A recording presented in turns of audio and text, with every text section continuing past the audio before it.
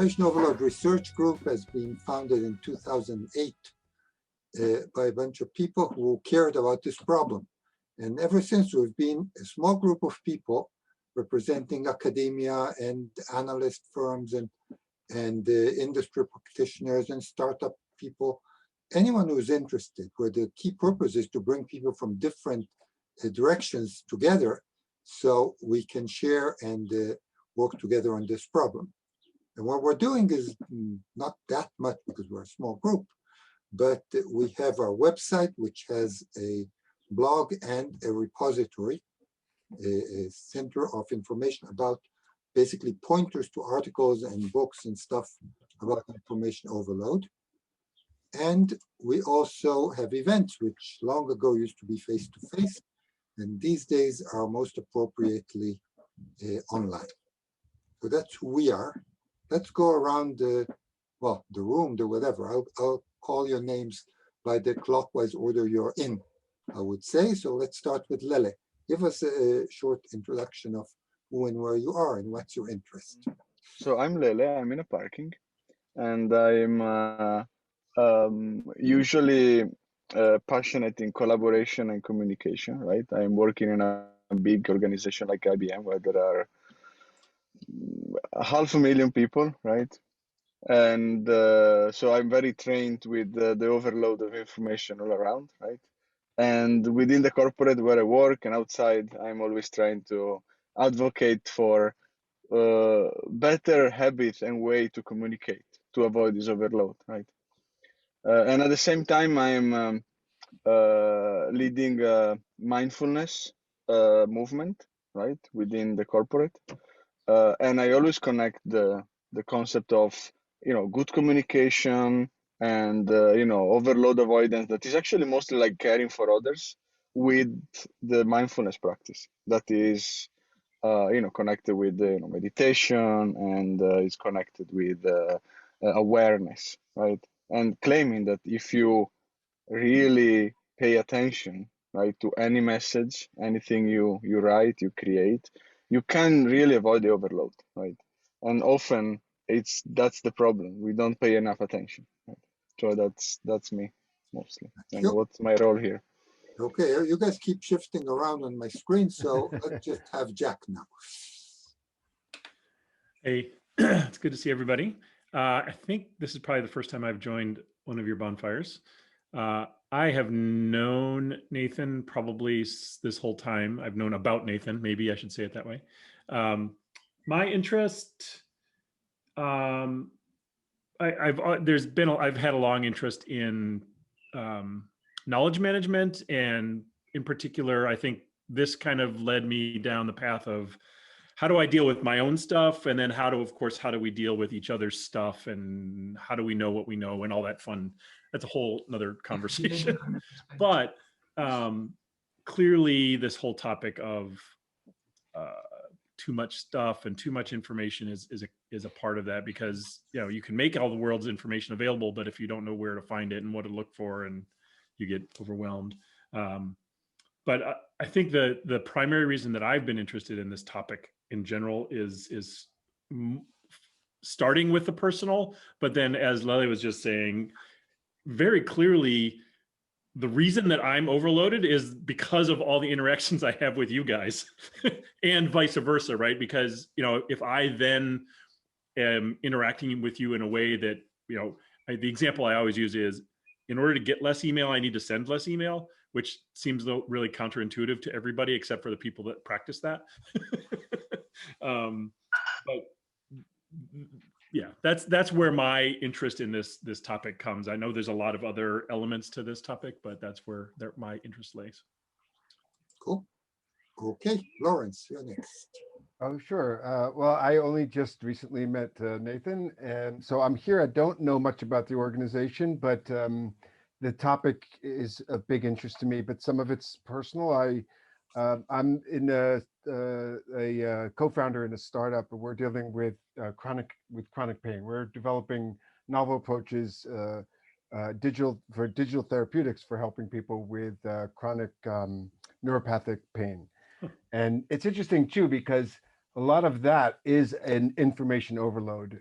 People suffer from pain because of that overload of it's actually nerve signals coming up that shouldn't be, but it is an overload and that causes the pain. My personal interest is because since I am an engineer, I could sit for a day trying to solve and hopefully solving a problem, but I am constantly interrupted by all the other things that are going on since we have to do all the things that that would normally in a bigger company, maybe you would be able to be more focused on. So it's of interest to how do you filter out all of that that noise? How do you prevent that noise from coming in? How do you set aside that time? And I don't know if it's even appropriate for this organization, but you know, it is a huge thing. There's a, you know, you'll hear it just on this call. You're going to hear beeps from everybody, getting notifications about all kinds of stuff, and it's just one big distraction. Oh, yeah. So Thank I'm you. happy to learn.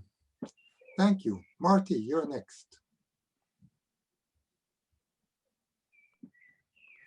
Hello, everyone. I'm treasurer of IORG. I've been involved with the organization for probably 7 years, something of that nature.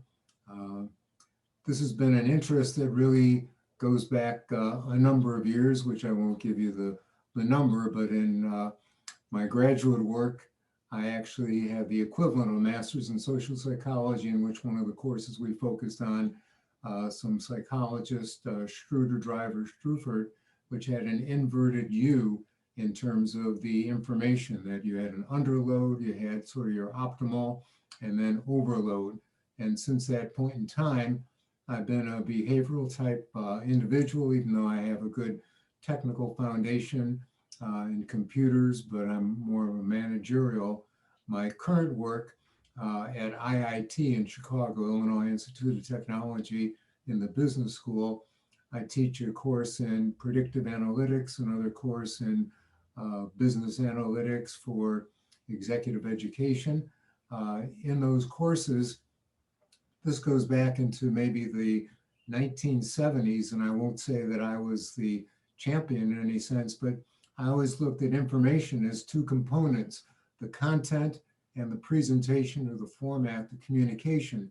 So within information overload within our group, one of the interesting areas to me, amongst others, is looking at the presentation, that we have dashboards, storytelling, and people get really, I'd say, overwhelmed by looking at the busyness of dashboards. And this really is a problem, because you can have good content, but if you don't have the good presentation, it really becomes an information overload issue. So this is one of the pet areas that I'm interested in. And also the question about interruptions, distractions is another important aspect of overload, the ability to concentrate, because we know Jonathan Spiro, who's not with us today, one of the early founders of IORG, did some work in looking at the time lost, as well as other psychologists. When you move from one task to another, there's a restart time. So you're really losing your productivity by doing, what's supposedly multitasking, but it's really a singular task, but really fast interaction from one to the other, but you are losing some time for the restart. So this is an exciting area for me, and I've been very pleased with the colleagues within the IORG group, and welcome you all here, and hope that you will participate in under any way that is valuable and productive, and keep an eye on our website and all the postings that we have, please. Oh, Elaine, you're next. Yeah, hi, my name is Elaine Meyer. I'm a writer, and I write about tech and health and work. And I am currently working on an article that's about information overload and like too much information, and how do we kind of, how does it affect us? Like, how does it affect us socially with other people, politically, and just our, like, is there anything we can do, and I've written a bit before about context switching, which I think Marty kind of what you talked about reminded me of that. So like the idea that we just have all these various like dashboards and apps to go between, and how we like pay a tax every time we move from one to another. So when I saw that your group was called Information Overload Group, I was like, oh, this is exactly the kind of people I want to hear from for my story. Yep. And I'm happy to, if I were to quote any of you, I'd be happy to like run that by you first, but mainly I'm just here for like background, if that sounds good. Anything that helps you, sure. Okay, thank you. Sandro. Hi, everybody. I'm glad to be here. Last time I was not able to attend. My name is Sandro. The first time I was kind of interested into this problem was when I was working as a manager, IT manager at Ferrari. And I was obviously dealing with so many inputs that I was receiving at many levels. And it was difficult, especially if you're in a position like a middle manager, I mean, not at the top of the company, where you have to, you receive inputs from different directions, from your team, the people are working for you, and the people you're working for, you're reporting to. So you have a complexity there that is very difficult to deal with. And with the overload, the amount of information that we normally receive in a work environment, that was really something that was, I was just thinking that there must be a way to find a solution, because it's not sustainable, of course, with the volume of information that is always increasing. And this is just one component, one aspect, because it is part of also the ecosystem of the lives that we live outside the business. Even if now everything is mixed up, but so there's this huge complexity. So after I left Ferrari, I started a business, and I wanted to develop something that was a solution or an attempt to find a solution to that problem. And so there were many aspects that had to come together in order to find a solution, but you had to, first of all, to understand the core of the process. What is information overload is, to me, is part of our communication. So if you see organism, we developed as an organism to be able to essentially to be able to prioritize. So all the information that is available in our environments, or was available when we lived in a different way, it had to be processed in a way so to understand what was essential, or filter out what was not essential, and process that in order to come up with just the important information at the right time. So that, to me, was critical to understand that aspect, because you could do, if you don't understand deeply what the problem is, I think you will come up with a lot of solutions that will not really fundamentally resolve the problem. So what I've been doing lately in this past few years, I've been going deeper and deeper into this type of aspects. Right now, I'm at the point where that original idea that I had, it was a little bit too difficult to develop.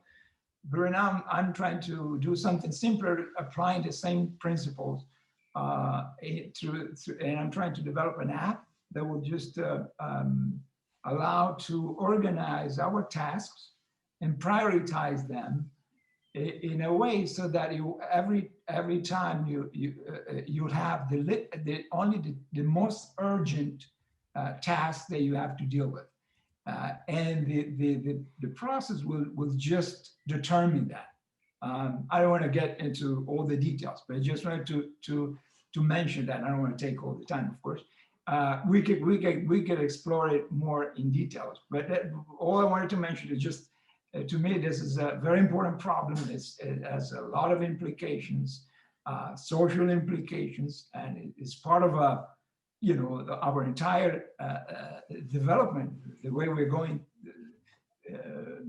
through our living as a society. So information overload is really a very important problem. At some point, we need to decide, no, I'm not going to look at everything. I'm not going to read everything. I'm not going to respond to everything and decide which things they are that we're going to work on. And I think for each of us, depending where we are in our careers, depending where we are in our own lives, that changes. And I think maybe there's some acknowledgement of that aspect, along with, this whole belief that we need to, I personally hate it when somebody just replies to say, thank you. I'm like, you don't need to say that, because that's for me. But I know other people who like, what do you didn't tell me thank you. I don't know that you got the message, right? So everybody is different in that, even in that simple regard. So now I need my Alfred bot to know what kind of person you are, so I know it knows whether to respond to you or not. Well, the thing is, if you're in an organization, you have the power to bring everybody on the same page. One of the things I did when instant messaging came about is I stopped its deployment until we could figure out the cultural aspects of it. And then we had some clear commandments of how you shall use this technology. One of the things was, actually, I'll give you two of them. One was, it's okay to say gotta go and go. No insult, right? If your boss comes by and pulls you up, right? And the other was that when you end the conversation, each party gets to say one goodbye type phrase, because otherwise they go back and forth with them. And it's a waste of time, right? Productivity.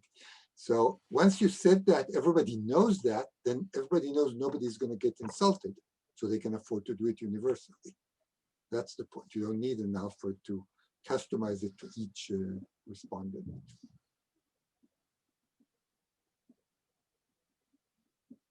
So then in that case, the organizations have to come up with the etiquette of their communication. It should be coming from the top down, that because for example, when I feel like I'm CC'd on everything, it's not always relevant to me, but I don't ever respond to those because they're CCs. But I wonder how I would feel if I wasn't in the loop. And I'm not so sure I'd be happy if somebody just stop CCing me. I say he doesn't respond anyway. I don't always even look at them, but I'm not. So it's unclear as to what some of the what it would mean in the long run if we didn't at least have those understandings in place as to what the expectations are. Of course, I remember there was one case when a junior engineer went to his boss and asked him to be copied on all the messaging coming from higher up. So the guy did a rule to pass this stuff along. Turns out he made the typo in the name of the employee in the rule. So the employee was getting nothing, but he was certain that he was getting it, and he was very happy.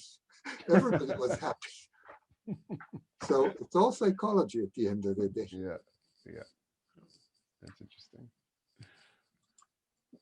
I was going to ask if any of you are aware of either organizations or even like governments that are doing anything in terms of like actually leading and changing the culture. I've written a little bit about like, and I actually freelance for an organization it's a small tech company that does like asynchronous communication, where they basically say people don't have to like respond within 24 hours, but you don't need to respond right away. And it actually seems like it's almost looked down upon if you're like the person who's like always responding right away, which is like really different, than most places. And I'm almost like that could be really effective if like it became culturally in an organization like the reverse of what it is now. For like, oh, it actually like you look a little desperate that you're responding right away. Don't you have real work to do, kind of. And then the other thing that I recently wrote about was this like right to disconnect laws. I don't know if you guys have heard about those, but those are happening in like European countries and Canada, and those are more national, but what they require is that organizations negotiate some sort of code of conduct about emails with their employees. Nice. Yep, there's no email days. Again, I refer you to my blog because there's a lot of that that's been coming. I've been covering it. By the way, where are you publishing at? So a couple of different places. One is this Doist, DOIST. They actually make an app called Todoist, which is in the speaking of that kind of like prioritization thing. And then this other magazine called Dame. Sorry to interrupt. That may be my competitor, like for that app that I'm trying. Oh yeah, totally. I know. You'll have to do market research on them. But no, I know. I downloaded the app. Did you? Oh, great. Yeah. Just I have a quite different approach. But anyway, sorry to interrupt you. Oh yeah. Well, I mean, I'm sure your approach is needed because there are some things they don't cover. The other place I've written for a couple different places, Dame magazine, DAME magazine, and then this place called the Haptic Standard, which is like for organizations and businesses who are looking for advice on things like workplace wellness and stuff like that. So What was that called? I'm always pitching to new places. I'll type the name in the chat. Yeah. Right. So Elaine, when you publish this article, do submit it to us so we can put a link to it in our knowledge center. Oh, absolutely. I will. A conflict, right? Do I quote unquote do my work, or do I check for one more piece of information, or do I respond to that bing that my device just gave me? Or so there's this constant we believe we are in a conflict because, you know, do one thing versus do another thing, and you know, we want to do the other thing because maybe there's something new, maybe there's somebody important, maybe there was the maybe, and there's all sorts of conversations about the fun little dopamine hit that we get of checking email one more time, or checking my Facebook page one more time because maybe something will be there. That idea of excitement, but then of course there's the other long-term dopamine hit of actually getting something done that is blocked by always checking. Yeah, but from the other side, one thing I'm observing, because I'm in a communication professional, right? So I'm doing communication for executive, I'm doing communication for people, and many people, right? And often I'm clashing with the executives' thinking, right? So no one that is an exec in a company gets a proper training about how to properly communicate, how to properly not overload, how to let go their own ego, to have to share or do themselves, right? And this is causing the vast majority of problems. The vast majority of newsletters and emails and whatever thing is coming, it's much more probably from the top to down than between people. That usually, I mean, at least in a small team, when people want to do real work, they meet, right? They talk, they have even a Zoom call or whatever. But you know, mail and communication is coming top down, and there should be more either training or more reliability on the comms, right? And my experience is that usually the comms don't really get to advise; they get to execute, right? So we should bring, that's what IORG as well is doing, right? But more of this kind of education, and make it a reliable education, something that you need it before becoming an executive, you need it before working in a big organization, to avoid harming others. Like we don't swear in public, we don't put the fingers in our nose, right? We should do the same for communication. Well said, well said. Which all comes down to the weak link, which is people, right? I mean, what can you expect? And without users, our job as IT would be much easier. Thank you all. I have to go. I have a schedule. Oh, But actually, we will have to conclude this meeting on time as an example to our public. thank you. See you next time. It was Yeah, good great. seeing you. We're Really doing enjoyed these it. once a quarter, so join us again. And if anyone Thank has you so much. questions or things to share, so you have me there, my email and the invitation to this, I guess. I mean, I'm president at IORG or something, but let us know and let's talk. Thanks. Thanks Bye, so much. everybody. Be well. Good to meet you. Bye-bye. Thanks for the chat. I know.